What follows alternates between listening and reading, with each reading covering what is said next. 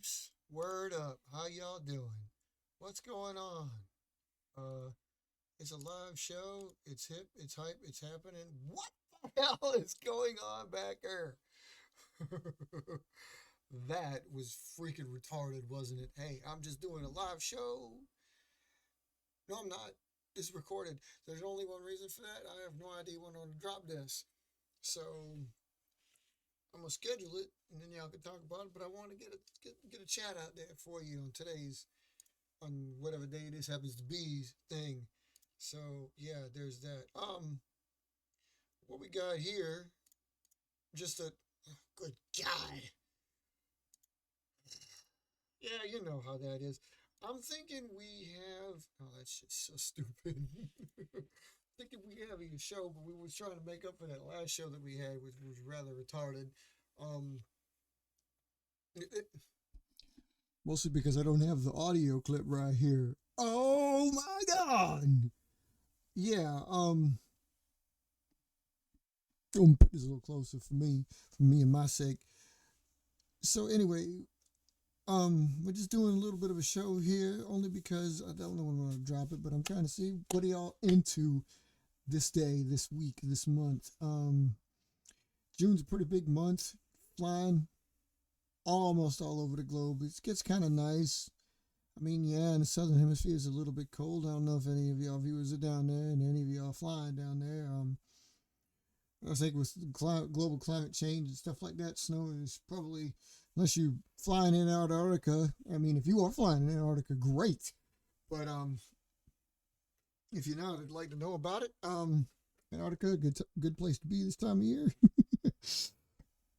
And anyway, like that would be awesome to see some photos from something like that, or some videos from something like that. But in the meantime, just get us out there, get us some shots. Um, there's some flight videos out there to go watch. We haven't posted them up yet. I'm still trying to gather this crap together. Like every time I do it, I discover something else. You know what I mean? It's always something more. It's always something I didn't want to have to deal with some kind of hassle, and then lo and behold, there it is. Got me a hassle. Blah. Make sure that all not guilty. Anyway, got jury duty coming up and prepared to, like throw motherfuckers in jail. No, it's probably not how it's gonna go, but I wish it was how it's gonna go. I don't know when y'all go see this. I know there's some flight videos posted up there. A lot of people getting some out. A lot of people getting a couple builds out. Y'all got to take advantage. Y'all got to do this sort of thing. What is all that about? What is all that? I don't even know what that is. Just gonna get rid of that one too because I can. But got to see what this is here. Properties. Oh, just checking. I'm checking because a lot of these things are like pre-programmed to be wrong and such. I after working around with the video in the studio and stuff, I've actually seen the background change. I've seen that like in the background behind me there. You see that? That's a very good picture. Like it's 477 headquarters in Sumter, South Carolina. Basically the base, the place that like really it manifested like IVPAC blew up there. I mean, more members joined. Members lived, members died. Great flights were had. If ever I tell you about the April 6th flight, I mean, there's actually a couple of them, but the one big one, April 6th of 1989, the stealth one, the picture is taken from Farrow's Aerospace looking at the 477th in the village, and that's the base there. Got four wings. The 482nd is immediately behind that one. It's from picture taken from the 476 airspace, and then the 22nd is up around the bend. But the house immediately to the right, which you kind of can't see, there's like a window behind that tree. The house to the right, that's the house that I always talk about. The stealth one flew over, and we are at least a good 60 yards away from the house there, the command headquarters. This is not the launching point of the April 6th flight. We were a good 20 to 30 yards back behind this. So you kind of get an idea of the scope of actually what's really funny. I like to point this out about the picture, and none of y'all realize this, but I'd been there a while, and I was there for September, like later that year, ironically, September 21st and 22nd, 1989, which is when Hurricane Hugo struck, and Hurricane's eyewall went just to the west of us during that storm as it creeped across. And I had taken pictures just because I like to take pictures. I've always liked to take pictures. I am definitely a photographer, but I've taken pictures, and I took a picture in March of '89. This exact same shot. I took this shot, and then I took this shot like in October of '89 after the hurricane struck. And a lot of people like to see that because they could see the vast difference of trees that got taken out because every tree was taken out. And what's really funny about this is like, I don't know, I'm not blaming climate change or what have you, but even since this picture was taken, which I believe was in the early 2000s, early 2000s, I believe, '03 probably. Even from now, that picture has changed. And like one of the vast things that I compare it to and I kind of laugh at is in this shot in March of '89, the entire background was trees. You couldn't barely see sky. Hurricane Hugo hit and, of course, did some number to the trees. But now, even in this shot, there's more, like, it's green, of course. And this was, I think, was taken in May of '03. And now the shot, another 20 years later, and you can barely see the tidbits at the extreme left, the extreme right, and just to the back, the two big trees are dogwoods. And the extreme left, the extreme right, and just to behind the dogwood on the left is a pine. Those are southern yellow pines. If you look at current pictures, if I were to take a current picture, those are all gone. And the thing is besides the dogwoods, there was no deciduous tree visible in this shot. It was all coniferous evergreen trees. So, within the 20 to 30 to 40 years that has happened, pine trees are just gone, and people have taken them out with good reason because, Hurricane Hugo felled a lot of pines, and a lot of pines hit houses, and that street, I would love to have taken some shots on that street because of how many pines we had lining the street when we first got there. And even that within itself kind of tells a tale. Like, we got there, me and my family got there when I was a kid, came from Germany. We got there in December of '87, and we got there, it was a pine tree lined subdivision, pine trees everywhere in that, like tall. They left them back when, like construction companies would leave trees around your house. If you actually had some, well, mostly because they weren't built on farmland like they are nowadays. And nobody needs to eat, we just need a place to live, which is a bunch of bullshit. But it was like, oh, fuck it, I need a giant house for me and my wife because we're not doing anything and I sell butterflies or whatever the fuck. Humans suck.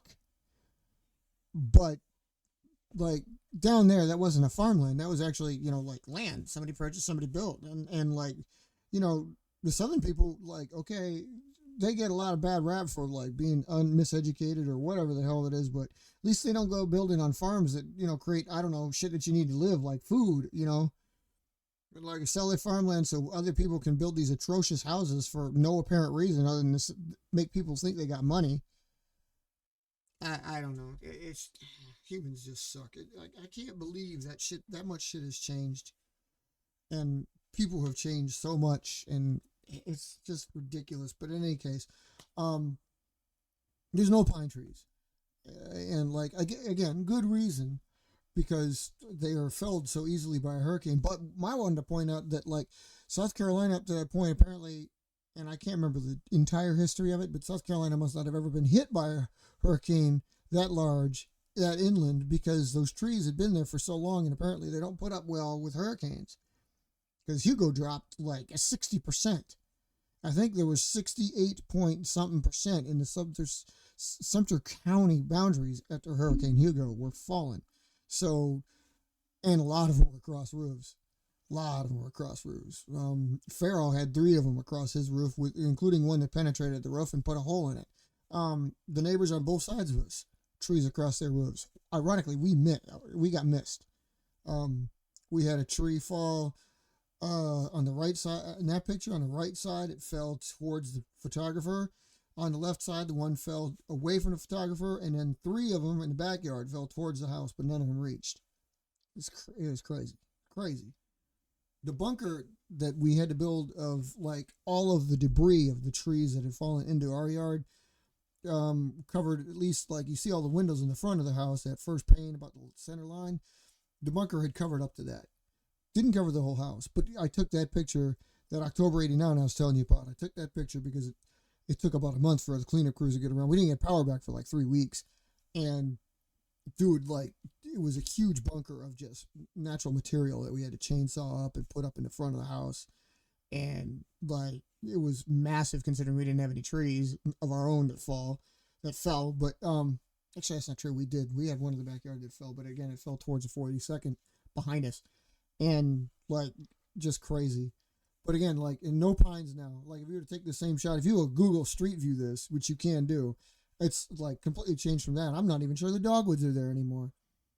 Just another one of those menacing things about like humans suck. I mean, like, it's amazing that they took a house that looked like it had been established when it was only non-established. Like, seriously, this house was, when we moved in, was like 11, 12 years old, or not even, about a decade old, right? When we moved in there, and it looked like it had been there forever. Like, all the bushes surrounded it completely, because I don't know about you, but I never want to see the wall of the house. Plus, it's like heat transference. Why would you want the sun to beat? This is South Carolina. You definitely don't want the summer sun beating on your house, driving up your bill, or trees if you can have shade. But you see the remains of the bushes. When I was a kid and I was there and I had to trim those bushes, those covered, there was no space between them. They were huge. They covered the windows. They were big, huge. I cut them round one year. I cut them square one year, but they were like, you couldn't see the front of the house with them. You couldn't see the side of the house. On the bottom left corner there, right above my head, like right in this area, there was like a juniper that was crawling. There was pampas grass because it was a thing. All that has been taken out because, you know, humans are fucking idiots. Don't want green and shit. Now the house looks like it was built 3 years ago because there's no green around any of it. There is, just to the left, there's a person standing there, which I believe is like the home's renter at the time. And like right behind them, you see that stump that comes out like an angle.